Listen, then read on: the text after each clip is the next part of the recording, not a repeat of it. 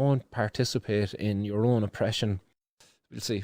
So let's just get through the last two headlines here that I have for you guys, which is that the government in New Zealand have been accused of creating a medical cannabis crisis through their strict regulations.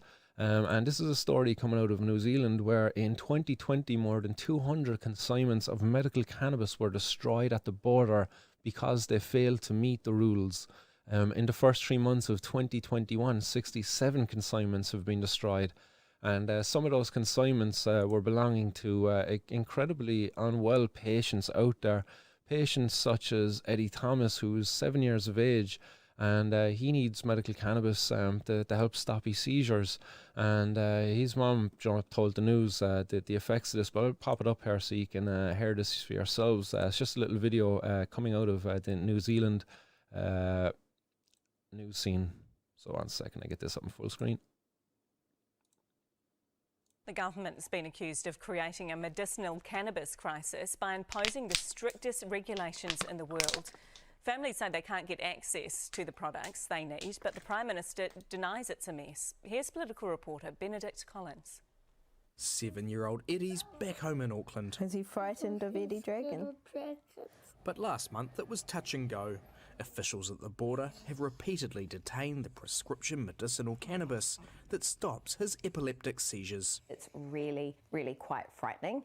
Edward could have died at any point over the last 3 months. And it takes an emotional toll. He talks constantly about being scared of dying from his seizures. The standards are so tough, no local products have been approved.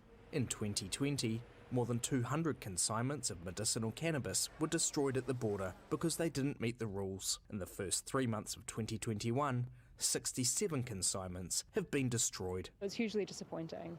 It took us years to make this mess, and it shouldn't take us years to get out of it. Has the government made a mess of the medical cannabis market?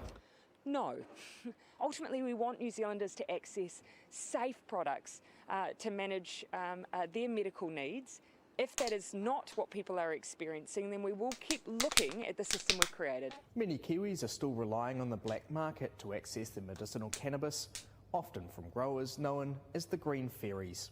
But recent scientific testing of some of their products showed that claims that they were high in CBD were often not correct. Gavin and Nikki credit the Green Fairies with helping keep their 2-year-old George alive. The chemotherapy for his leukemia makes him desperately ill. After it was 2 days, after CBD oil, he started climbing stairs for the first time in his life. His tremors subsided. Yeah, he could. His anxiety was a lot better. They say our medicinal cannabis regime is hopeless. Yeah, the fact that politicians are saying that the system is not a mess really shows the disconnect versus what's happening in the real world. And some good news for Eddie: a delivery finally got through, bringing half a year of respite. Benedict Collins, One News. So again, you know, prohibition failing not just Irish society, but over in New Zealand Princes as well. William and Harry have briefly set aside their differences to unveil a statue of their... Feck off, Prince William and Harry. But again, you know, prohibition causing a major failure, and you heard there in that news report they talked about the Green Fairies helping supply the cannabis. This is a group of people who have been just growing cannabis kind of, I suppose, illegally and supplying it illegally in New Zealand. And to New Zealanders. It's incredible that the patients are still not getting the effective access they need. Much like Ireland here, New Zealand has incredibly strict policies around access to medical cannabis, and it's just really detrimental to the patients over there.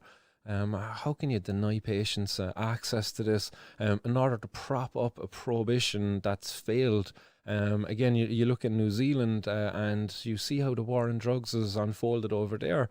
If you're a native Kiwi, do you know one of a native New Zealander, you're going to be what did they say? Disproportionately affected by the war on drugs. Where I think there's like more than 3 times more likely to be stopped and searched by the local police there than a person who doesn't look like a local native.